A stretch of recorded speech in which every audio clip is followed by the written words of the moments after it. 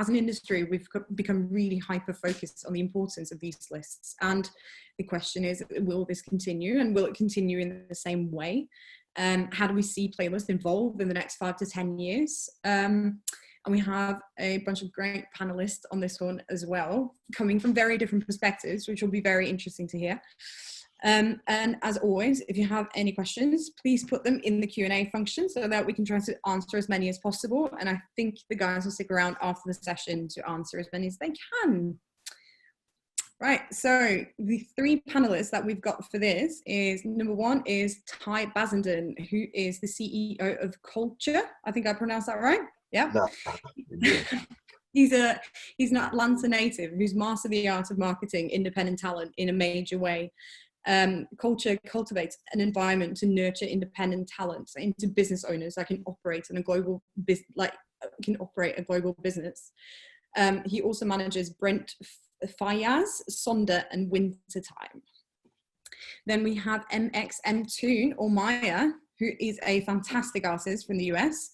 She self-releases her music, and her music is streamed in the hundreds of millions on Spotify. She's worked with major artists like Carly Rae Jepsen, just dropped a single with her, right? And Cave Town, who produced her latest album, and mxmtoon has seen a lot of editorial support for her work, especially across the ones that we mentioned in the previous session. And then we also have Lizzy, Szabo, who's a senior editor for Spotify in the US that we had on the previous session. She oversees curation for playlists like Fresh Finds, Lorem, Internet People, and loads others that champion emerging talent. Hi, guys. Hello.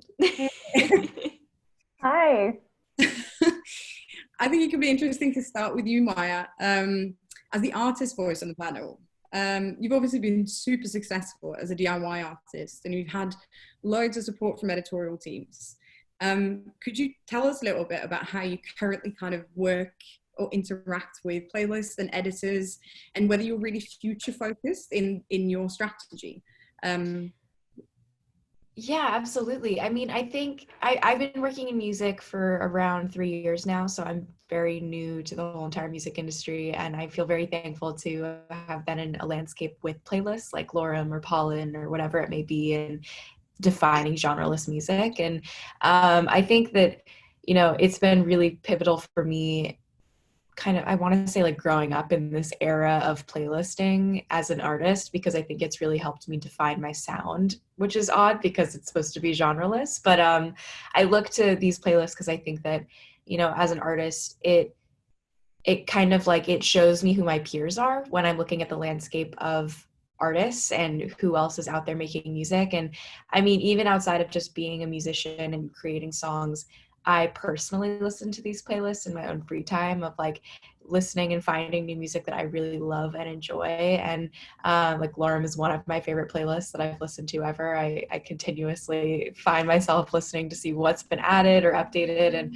I think that if it does anything, it really just helps me feel like there are less limitations on what I can do with my own artistry. And so I don't know, I think it's kind of something that I'm slowly realizing is having an effect on my music, but it wasn't something that was like right away I was like, oh wow, this is having an influence on me. Yeah.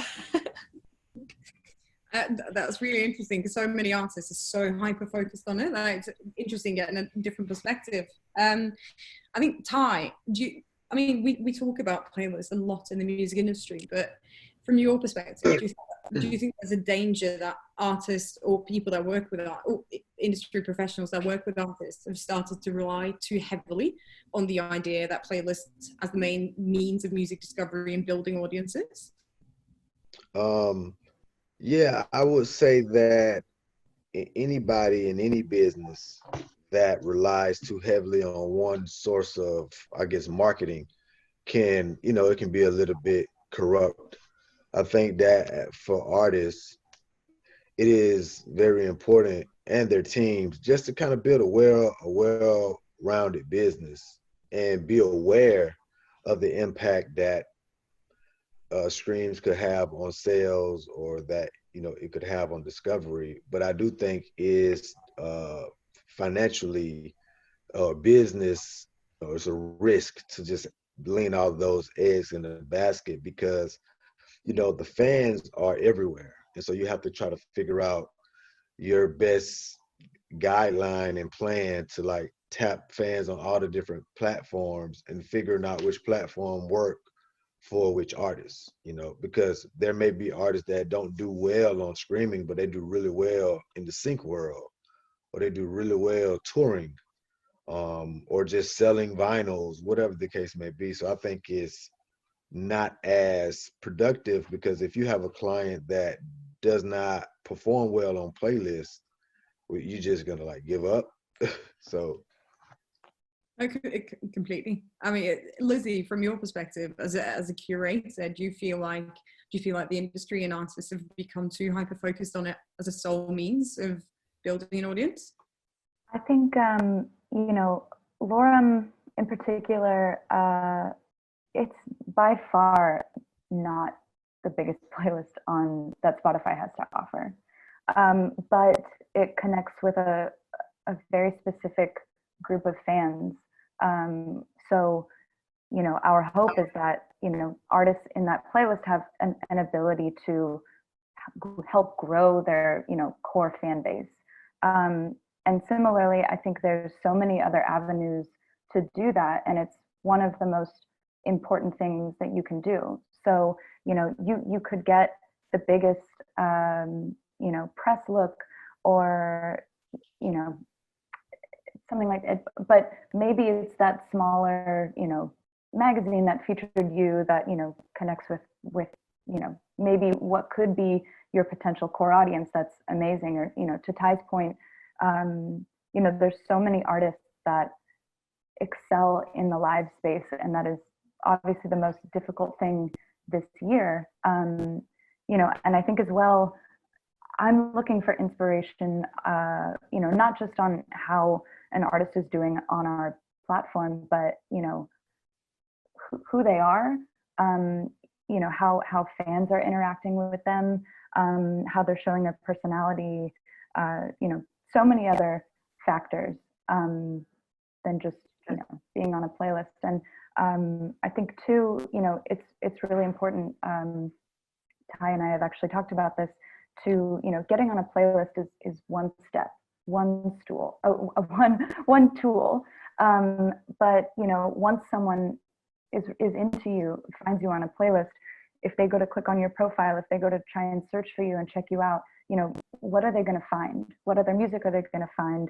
What other information are they going to be able to kind of dive into to become a fan of yours? So looking a bit more into looking more into the future, we've seen a lot in the industry press around machine learning, and I guess for you guys at Spotify, Discover Weekly is a prime example of a personalized playlist that every single Monday generates a 30-track playlist for individuals based on their own personal tastes. How do you see playlists becoming even more personalized in the future, from the Spotify perspective? Yeah, I think there's a number of different ways that we are thinking of, and that I'm sure every DSP is thinking of, and outside. But what interests me the most is, how can someone interact more on our platform?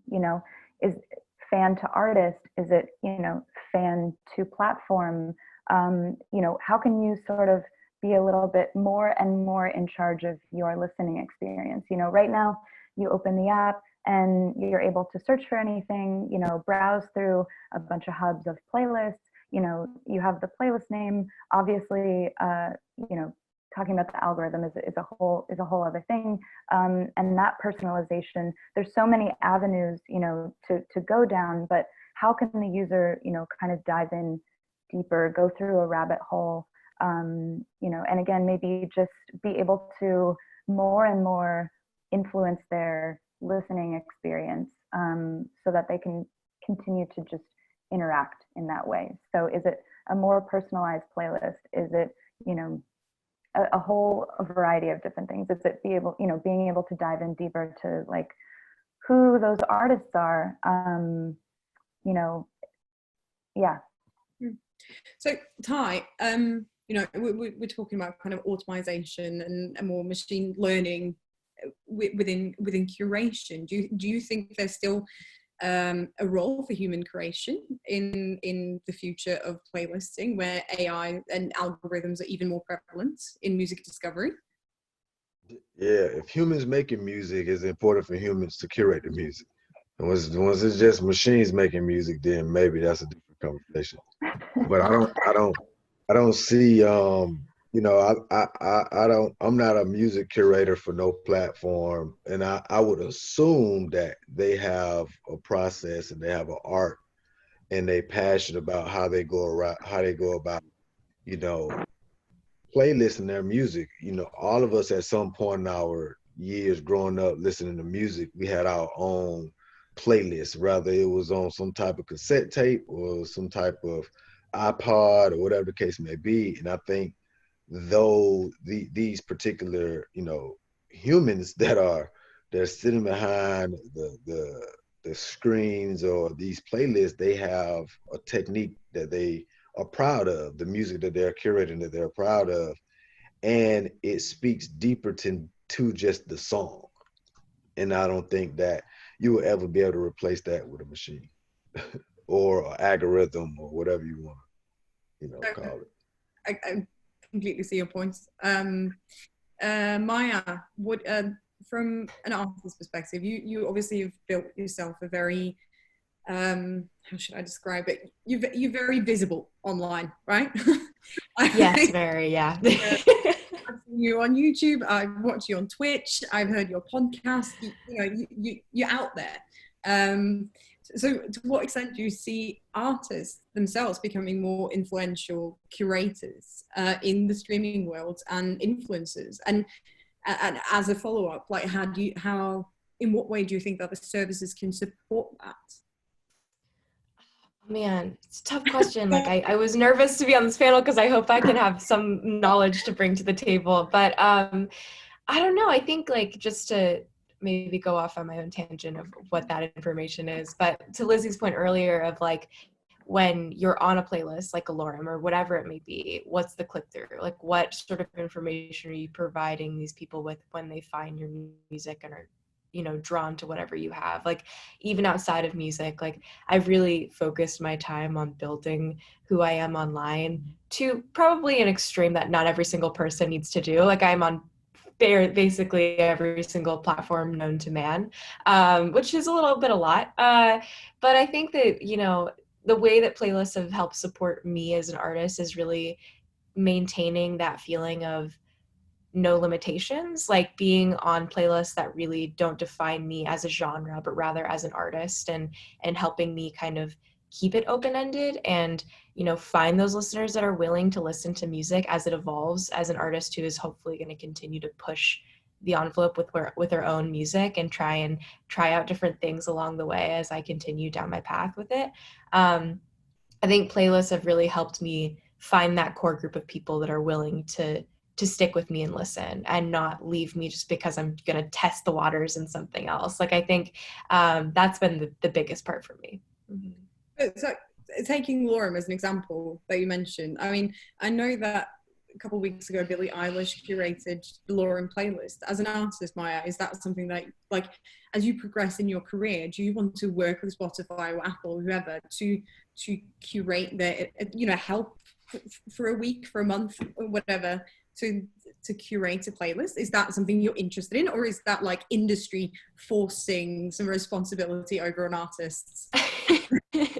I don't view it like that at all. I think, like, if as somebody who listens to that playlist, like, I think Billie is just such a pivotal part of the core of what that playlist has become, that it is a really just interesting way of continuing that interaction where people can, take the fandom to a little bit of a more intense level and, have an artist be in charge of the curation process. Like, I think that is a really cool way to develop upon the playlist idea and continue to support whoever may be on said playlist and bolstering their voice as well. Yeah, because I mean, speaking as a music fan, so much of the music that I discovered when I was younger, or even now, is because artists that I like talked about them or wore a t-shirt, or they supported them on a tour or something. So I'm you know, as I think music fans are interested in what influences you, you know, what makes you tick. Mm-hmm. Absolutely. Yeah. Yeah, we're all gonna geek out if you know, if Maya says she really loves something, like the relationship that Maya has with her fans, that they want to know, and you know, it's one way for, you know, artists to express themselves. Artists are spending, they're devoting their life to their craft, so naturally a lot of them are going to have really good ears when it comes to the type of music they listen to. So, you know, and it's sharing music is such an intimate thing, you know, to Ty's point. I love our Spotify radio feature. I feel confident in it. I can leave it on, you know, and it's not going to serve me anything that I'm not going to like. But, you know, if my best friend is into something and shares that with me, that means so much more.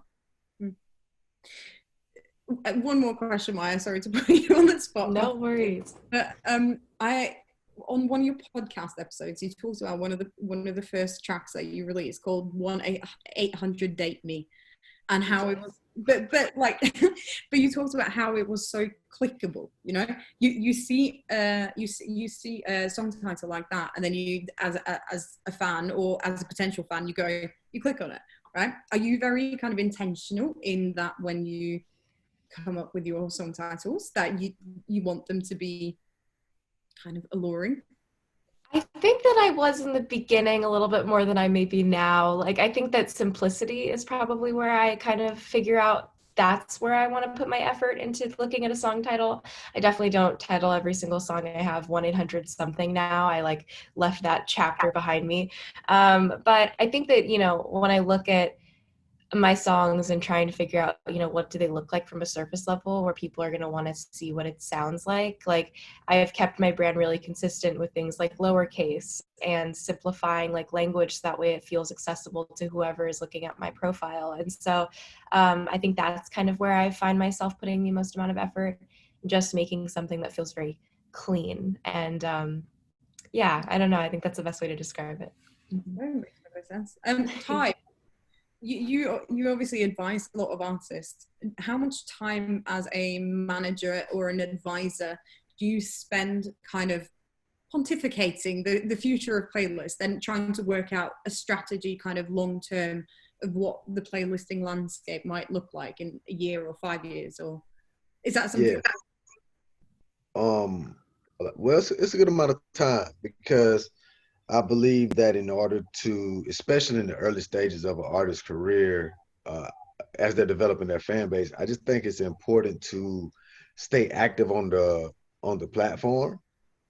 And being active on the platform is just consistently releasing music at a pace that is acceptable for fans to kind of keep discovering you, and that you can keep building your story through music, creating other ways to utilize Spotify as a platform, from playlisting to, you know, sharing the app, just finding ways that as an artist that you're always opening the app and you're building in that relationship with the platform, no matter if you're just a listener or if you're putting out your music or if you're using, you know, your playlist, or you're pinning your newest release, or if you're, you know, utilizing the artist first aspects of things, whatever it is. I try to educate the artist in spending time in investing time into the platform, the same that you want the platform to invest that time back into you.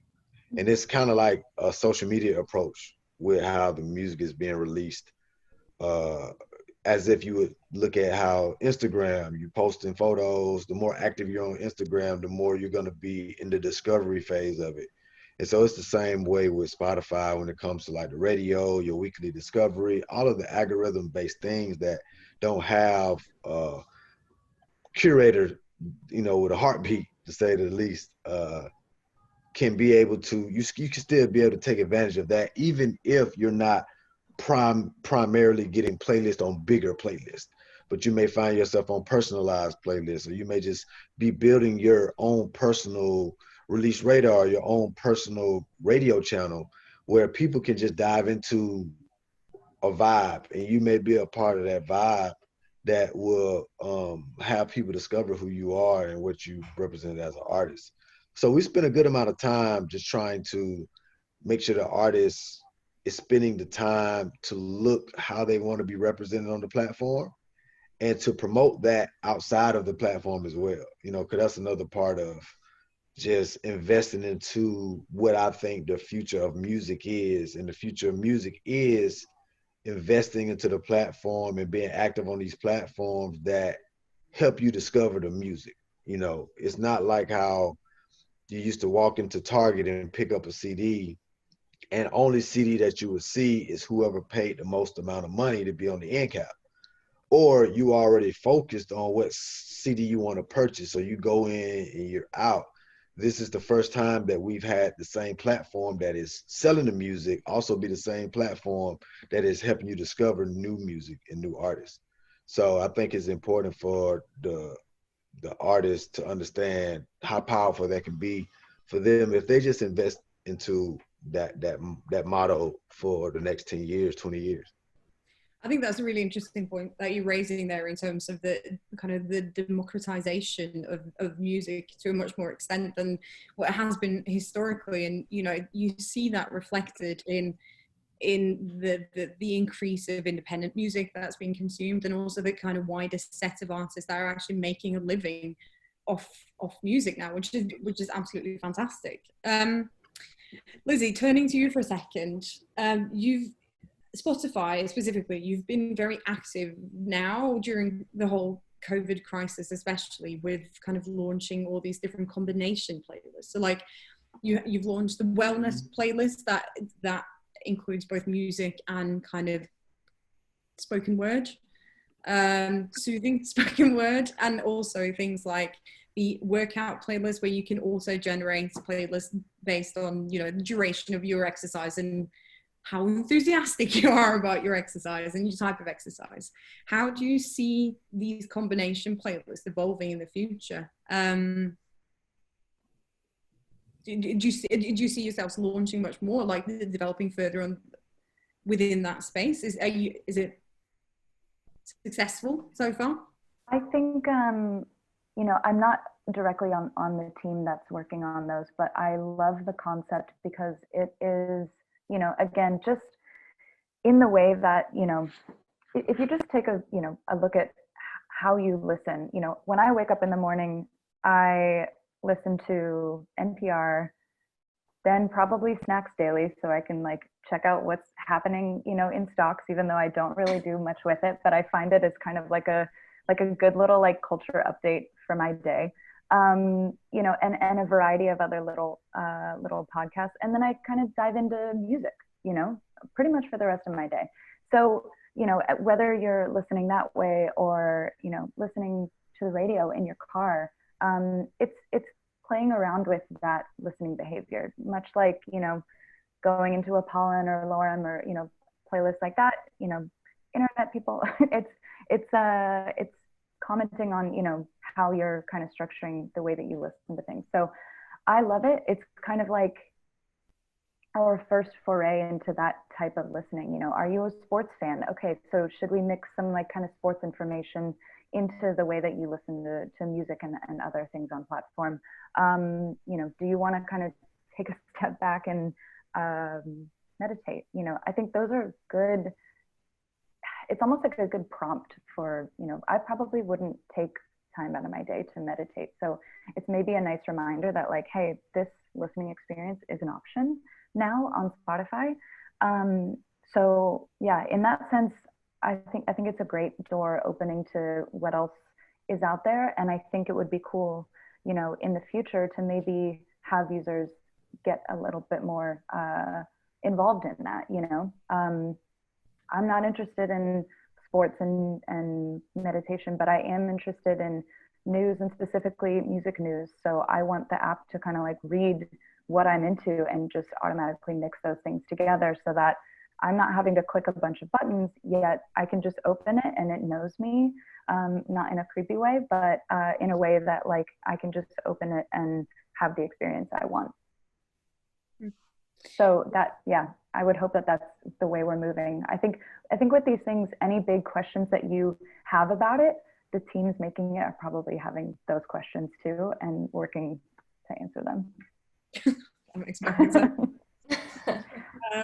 Unfortunately, again, we are running out of time a little bit, but I would love if we can just go around the group and for all of you guys just to kind of give a little brief thought around where you see playlists being, where do you think the role of playlists, where do you think the role of playlist in curation will be in the next couple of years? Maybe starting with Lizzy. Yeah, no pressure. I know. I think, you know, what I want people to take away really is that none of us have all the answers, and we are doing our best to kind of read what's going on, what people are looking for. And, you know, I think true innovation comes with, you know, whatever the biggest roadblock is that we can identify. That's where the biggest questions remain. And those are the ones that, you know, are going to have a lot of reward if they're answered. So yeah, I think we are taking it a step at a time.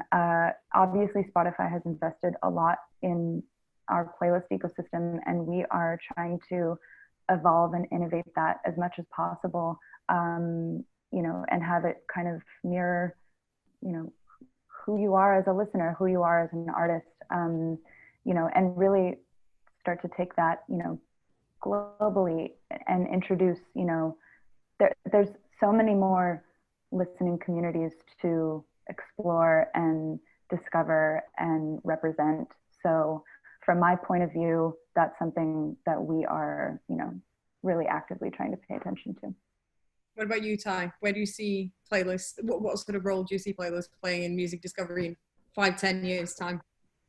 I think that 5-10 years time, playlisting is going to be a huge vehicle for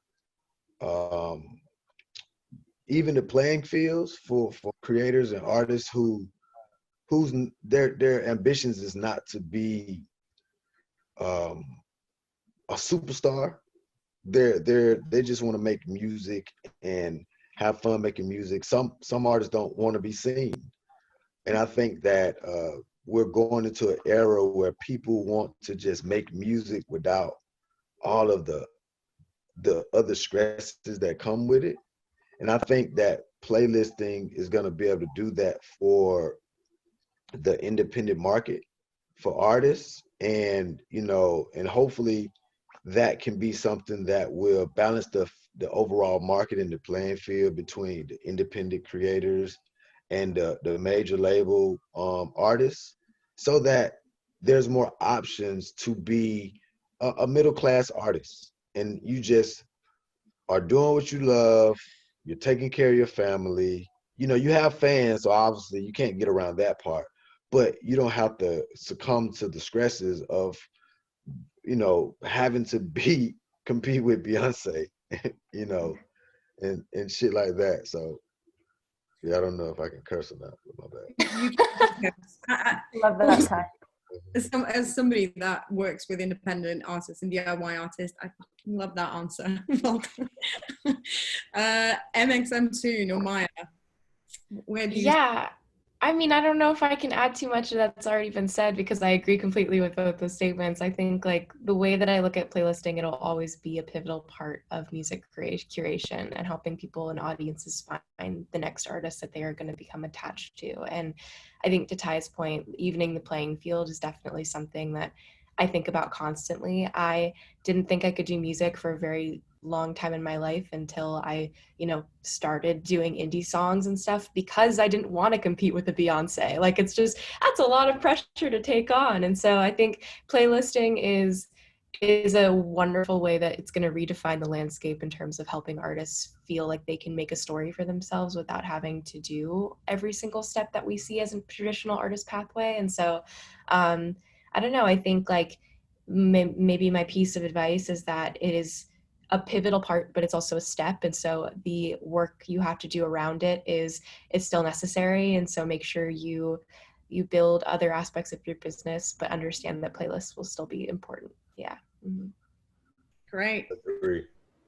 Thank you so much, guys. This has been super informative. If you guys can please stick around and help answer some of the Q&A questions, that would be absolutely amazing, because there's quite a few of them.